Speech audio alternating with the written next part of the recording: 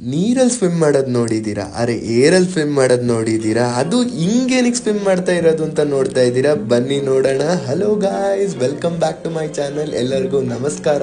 Today we are at Willie's pet paradise which is located in Sarjapur road. This place and this cafe is meant for hardcore pet lovers and pet parents. They have in-house 20 plus dogs over here.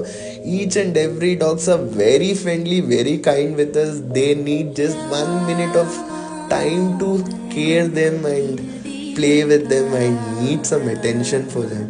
We really love the place. ತುಂಬ ಚೆನ್ನಾಗಿತ್ತು. They have in-house grooming and spa. They have in-house cafe.